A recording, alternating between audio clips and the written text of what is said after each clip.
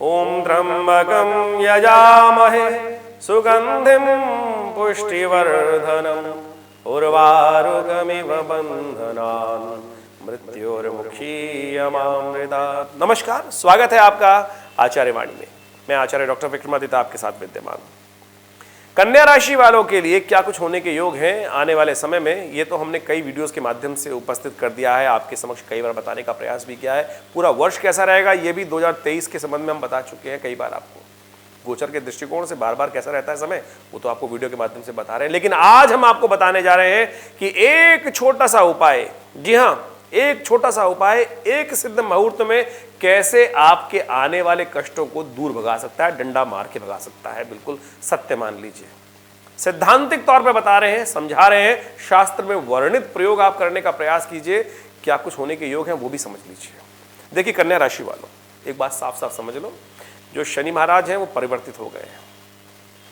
शनि महाराज 17 जनवरी को परिवर्तित हो गए। कहाँ गए? आपके छठे भाव में चले गए हैं।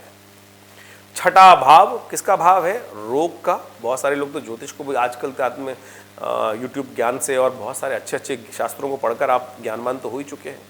छठा भाव कहा जाता है रोग का भाव, छठा भाव कहा जाता है और विशेष तौर पे शत्रु का भाव।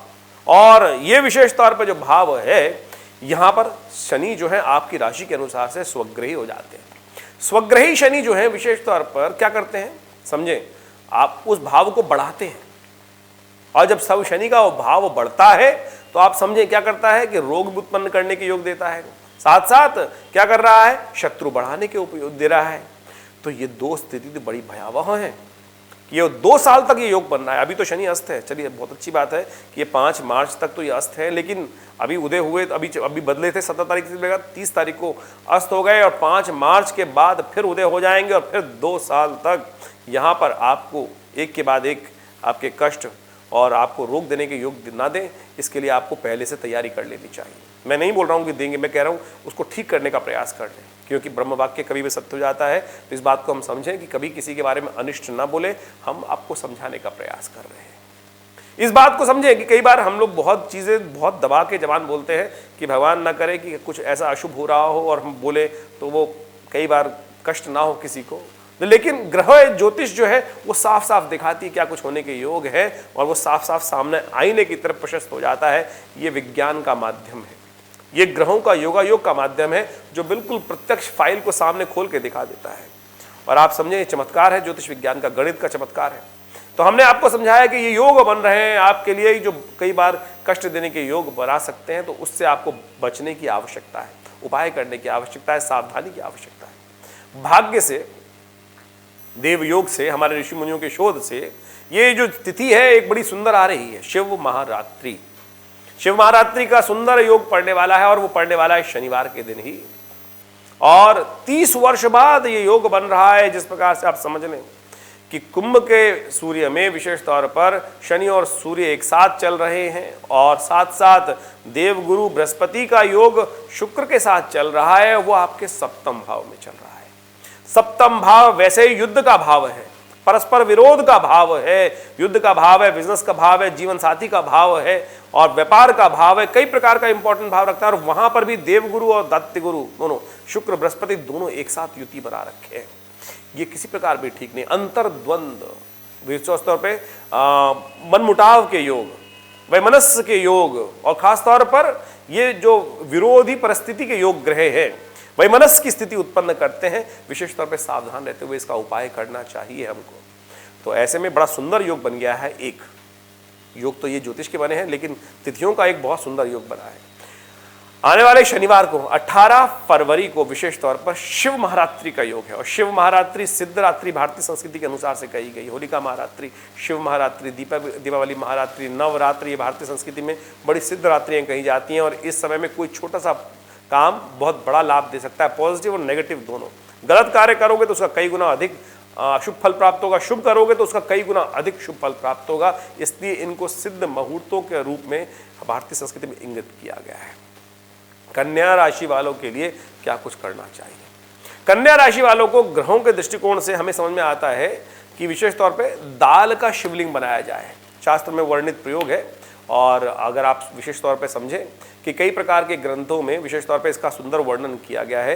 कई पुराणों के अंदर इसका मत मिलता है कि दाल को भिगोकर उसको विशेष तौर पर पिंडात्मक तौर पर उसके शिवलिंग बनाकर उनका विशेष तौर पर पूजन करने से कहा जाता है कि आपके कष्टों को दूर करने का सुंदर योग बनता है। और ऐसे में जो ग्रहों का योगा योग बन रहा है वो विशेष तौर पर आपको कष्ट देने के लिए विशेष तौर पर कुछ योग बनते दिखाई दे रहे हैं, तो आपके शुभ कर्मों के द्वारा आप उसका लाभ ले सकते हैं।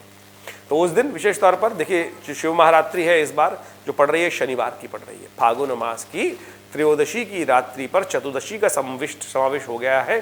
तो प्रदोष के दिन, प्रदोष का जो दिन होता है, प्रदोष का वैसे ही समस्त दोषों से रहित त्रयोदशी और चतुर्दशी का शनिवार के दिन संयोग हो रहा है। उस दिन शिवरात्रि का महापर्व पड़ गया है। तो ऐसे में इस ग्रह के जनित दोषों को दूर करने के लिए आप विशेष तौर पर भगवान का अभिषेक करने का प्रयास करें। शिव का अभिषेक विशेष तौर पर दूध के द्वारा आप करें, देखिए आपके कष्ट दूर होने के योग बनेंगे। और महामृत्युंजय मंत्र का जप करते हुए करें। ओम हं जुं स ओम भूर्भुवस्व ओम त्र्यंबकं यजामहे सुगंधिं पुष्टिवर्धनम् उर्वारुकमिव बन्धनान् मृत्योर्मुक्षीमामृतात् स्वभूवं सह जुं हों ओम। इस मंत्र का जप करते हुए आप करने का प्रयास करें। और साथ साथ हम चाहेंगे कि तेल के द्वारा भी अभिषेक यदि आप करें तो बहुत शुभ रहेगा। दूध के साथ साथ आप तेल और दूध का अलग अलग उपयोग करते हुए, यदि शत्रु बहुत परेशान कर रहे हैं तो तेल, सरसों के तेल का उपयोग करते हुए भगवान का अभिषेक सुंदर तरीके से करने का प्रयास करें। और उसके लिए मंत्र भी आपको हमने बता दिया है। और यदि शत्रु परेशान कर रहे हैं तो उसका एक मंत्र और नोट कर लीजिए भगवान के निमित्त करने के लिए। अघोरेभ्यो अथ घोरेभ्यो घोर घोर तारेभ्या सर्वेभ्या सर्व सर्वेभ्यो नमस्ते अस्त्रुद्रूपेभ्या। यह अघोर मंत्र है भगवान का।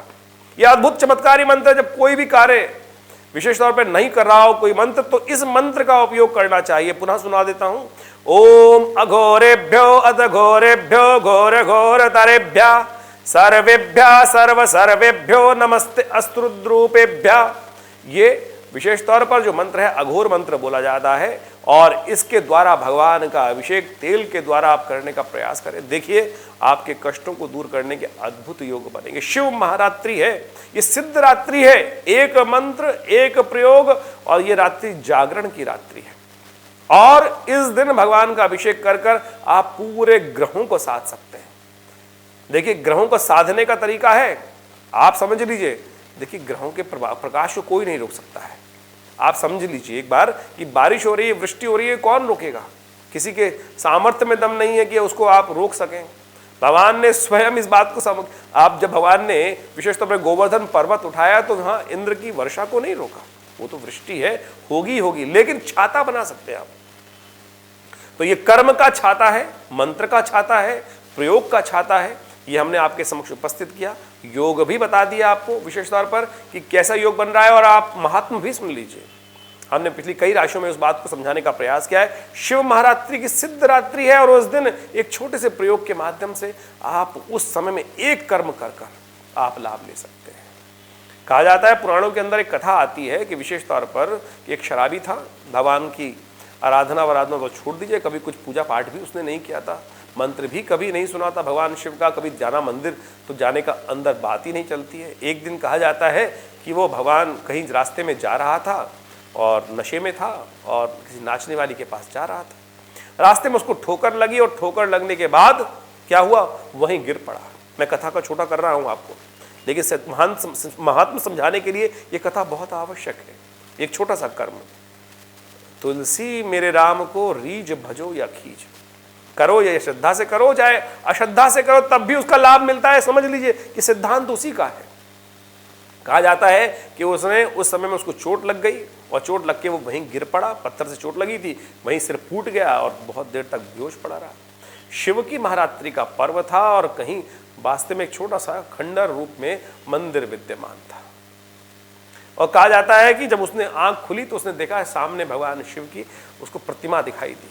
पता नहीं भाव कौन सा उठा, अरे इन नशे में तो था ही, चोट लग चुकी थी, और देखा कि पान का बीड़ा और वो मिठाई और वो फूल में मिट्टी लग गई। जिसके लिए जा रहा था उसके लायक तो रहा नहीं उस नाचने वाली के लिए। चलो आज इस पत्थर की प्रतिमा पे शिव पे ही अर्पित कर देते हैं। कहा जाता है कि उसने उसी अवस्था में लड़खड़ा कर वो कैसे वहाँ पहुँचा और वो मंत्र टूटा फूटा याद था, उस मंत्र को कभी सुन लिया था, कभी तो ऐसे ही अर्पित कर दिया भगवान के उन श्री विग्रह पर और वही मर गया। ये शास्त्र उपनिषद में कथा आती है। तो समझें, कहा जाता है कि यमराज के समक्ष उपस्थित हुआ, तो जब यमराज ने कहा कि भाई चित्रगुप्त जी बताओ इसके जीवन में क्या लिखा है, तो चित्रगुप्त ने कहा बड़ी विचित्र बात, कहा कि महाराज इसको चिरकाल तक नरकादि लोकों में जाना है, लेकिन 2.5 घड़ी का इंद्रासन इसको प्राप्त है।